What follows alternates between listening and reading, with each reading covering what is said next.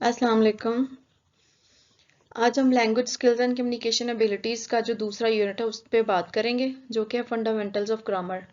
अच्छा, आपको बताती चलूँ, आपका सेकंड और जो थर्ड यूनिट है बुक में वो एक साथ जो है वो मेंशन किया गया है। और जब आप उसके टेबल ऑफ कंटेंट पे नज़र दौड़ाएंगे तो फंडामेंटल्स ऑफ ग्रामर जो है उसे सेकंड यूनिट का नाम दिया गया। उसके बाद जो है मैकेनिक्स ऑफ ग्रामर जो है उसको जो है उन्होंने थर्ड यूनिट का नाम दिया। तो मैंने आपकी प्रेजेंटेशन भी कुछ इसी तरह से बनाई है कि फंडामेंटल्स ऑफ ग्रामर मतलब जो सेकंड यूनिट है उसके ऊपर आज हम उसे डिस्कस करेंगे। प्रीवियस चैप्टर में हमने डिस्कस किया था कि हम लैंग्वेज जो है उसे कम्युनिकेशन के तौर पर किस तरह से इस्तेमाल करते हैं। अब सेकंड यूनिट में फंडामेंटल्स ऑफ ग्रामर जो हैं वो हम डिस्कस करेंगे इंग्लिश लैंग्वेज से रिलेटेड। आप सोच सकते हैं कि फंडामेंटल्स ऑफ ग्रामर ज़रूरी नहीं है कि सिर्फ इंग्लिश लैंग्वेज के ही सीखे जाने चाहिए। इंग्लिश लैंग्वेज के सीखने का मकसद हमारा बेसिकली ये है कि क्योंकि हमारी जो इंग्लिश लैंग्वेज है वो यूनिवर्सली हर जगह बोली जाती है और हमारी ऑफिशियल लैंग्वेज जो है वो है भी इंग्लिश है। इसीलिए सबसे पहले हमें इसे ग्रामर को देखना ज़रूरी है।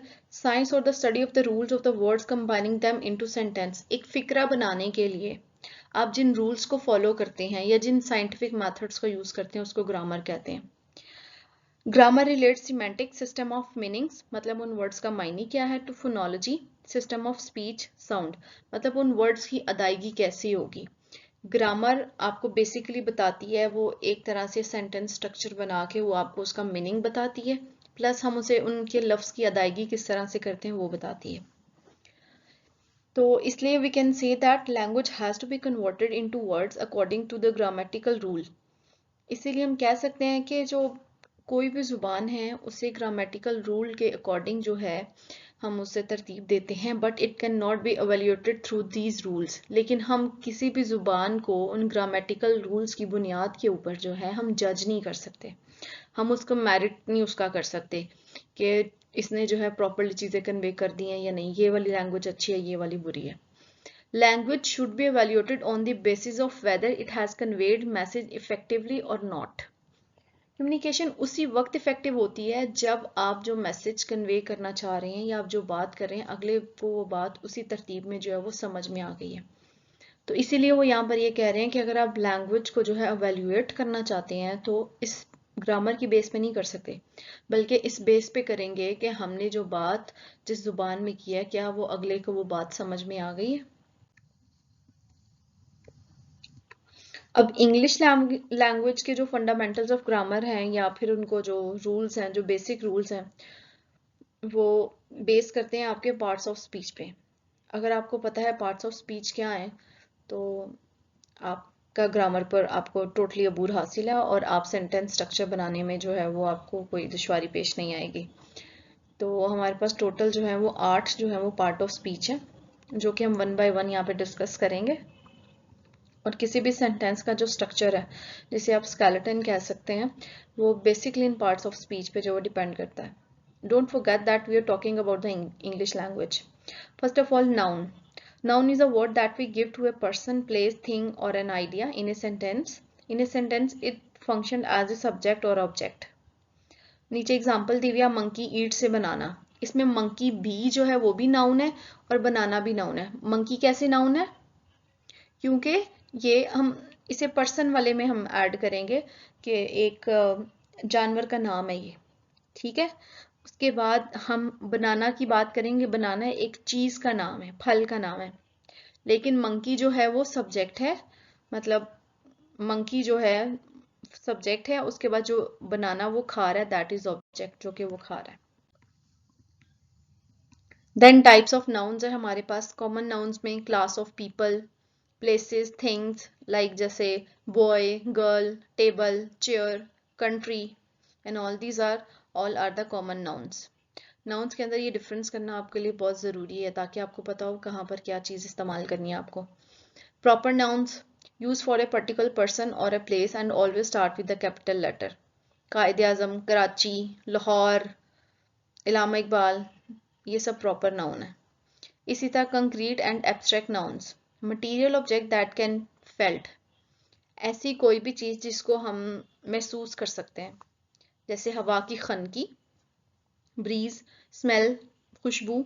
Etcetera. Things that can be measure, जिन चीज़ों को हम मेजर कर सकते हैं, ऑक्सीजन हो गई या अदर गैसेज हो गई। It can also be a state of mind, emotion, attitude, idea, quality, feeling. आप कह सकते हैं आई एम फीलिंग सैड, ठीक है। तो सैडनेस जो है वो स्टेट ऑफ एक माइंड है और वो एक कंक्रीट या एब्स्ट्रैक्ट नाउन है, ठीक है। इसी तरह attitude, he has a bad attitude, तो बैड जो है वो वहाँ, बैड एटीट्यूड जो है वो आपका कंक्रीट में आएगा। Compound nouns consist of two और more words used together to form a word. Blackboard, newspaper, milk shake, bedroom, ये सारी इसकी कंपाउंड नाउन्स की एग्जांपल्स हैं। Collective nouns refers to a group of people, places और the thing.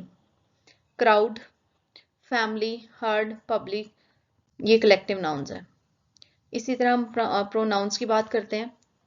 आम जुबान में बताऊं तो प्रोनाउंस जो होते हैं, आप कह सकते हो कि नाउन्स की जगह पर इस्तेमाल करने वाली जो चीज़ है उसे हम प्रोनाउंस कहते हैं। Pronouns used in the place of noun, so they are also the names of the people, places and things, like noun after renaming them. Like Sadia, अगर आप मुझे रीनेम करेंगे, प्रोनाउन मेरा बनाएंगे, तो that would be she. There are 7 different types of pronouns as follow. Personal pronoun, if a person talking about him, herself, he, she will use first person pronoun, ठीक है। अगर लेट्स सपोज मैं अपने बारे में बात कर रही हूँ, मैं अपना नाम नहीं ले रही हूँ, तो मेरी जगह पे क्या प्रोनाउन यूज करेंगे, आई, ठीक है, मी। इसी तरह अगर वी है, लाइक हम ज्यादा लोग अपने बारे में बात कर रहे हैं, तो वो अपनी जगह पे प्रोनाउन जो है वो अस यूज कर सकते हैं। If a person talking about other person, he she will use second person pronoun you. And if a person talking about someone else, he she will use third person pronoun. He की जगह he का जो third person pronoun होंगे that would be him. इस तरह she का जो third person pronoun होंगे दैट इज हर। इसी तरह इट का जो है थर्ड पर्सन प्रोनाउन होगा दैट वुड बी डे। आगे हम प्रोनाउंस की टाइप्स को डिस्कस कर रहे हैं। Demonstrative pronouns point out individual और a group. There are 4 types of the demonstrative pronoun, this, that, these and those, ठीक है। रिफ्लेक्सिव प्रोनाउन, आपने डिमॉन्स्ट्रेटिव प्रोनाउंस को, इसको आप कहते हैं कि आपने ना लर्न बाय हार्ट कर लेना है कि ये बस यही वाले गिने चुने हैं, ठीक है। Reflexive noun, pronouns and with the suffix self, मतलब एंड पे सेल्फ का वर्ड यूज हो रहा है, या selves, himself, themself, herself, ourself, ये सारे आपके रिफ्लेक्सिव नाउन में आते हैं। इसी तरह इंटेंसिव नाउन्स हैं, these are also reflexive nouns but they draw special attention to a person or a thing. Shakespeare himself wrote his poem, ठीक है, wrote this poem लिखा हुआ है, मतलब शेक्सपियर जो है अपनी ही तरफ, हम उसी की तरफ जो है ना, हम उसका जो है ना स्पेसिफिकली इशारा करवा रहे हैं। Interrogative pronoun start with questions, whom, who, why, where, when, w से स्टार्ट होने वाले आपके जितने भी हैं। इसी तरह how, they all are the interrogative pronouns. Relative pronouns introduce adjective clauses to noun or pronoun. The man who attended the phone, who is relative pronoun, ठीक है। इसके अंदर मैन की जगह अगर आप इसका प्रोनाउन बनाना चाहें तो आप करेंगे ही, शी। मैन है तो ही का वर्ड आप यूज कर सकते हैं, ठीक है। इसी तरह जो है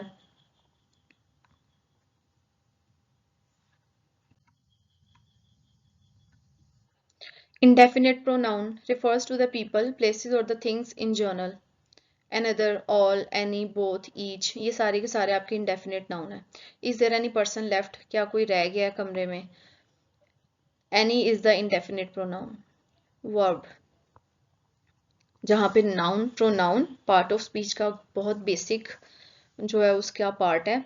वर्ब आप कह सकते हो कि आपके सेंटेंस की एक शक्ल सूरत का जो है ना, रीढ़ की हड्डी का काम करता है ये एक्चुअली में, ठीक है। Verbs it expresses an action, आपके किसी भी सेंटेंस के अंदर कोई एक्शन, कोई स्टेट ऑफ माइंड को अगर प्रेजेंट किया जा रहा है दैट, तो वो वर्ब के जरिए किया जाता है। It is the very complex part of the sentence as various arrangements with the noun determine various kind of sentences. Basically there are three kind of verbs as follow. Action verb,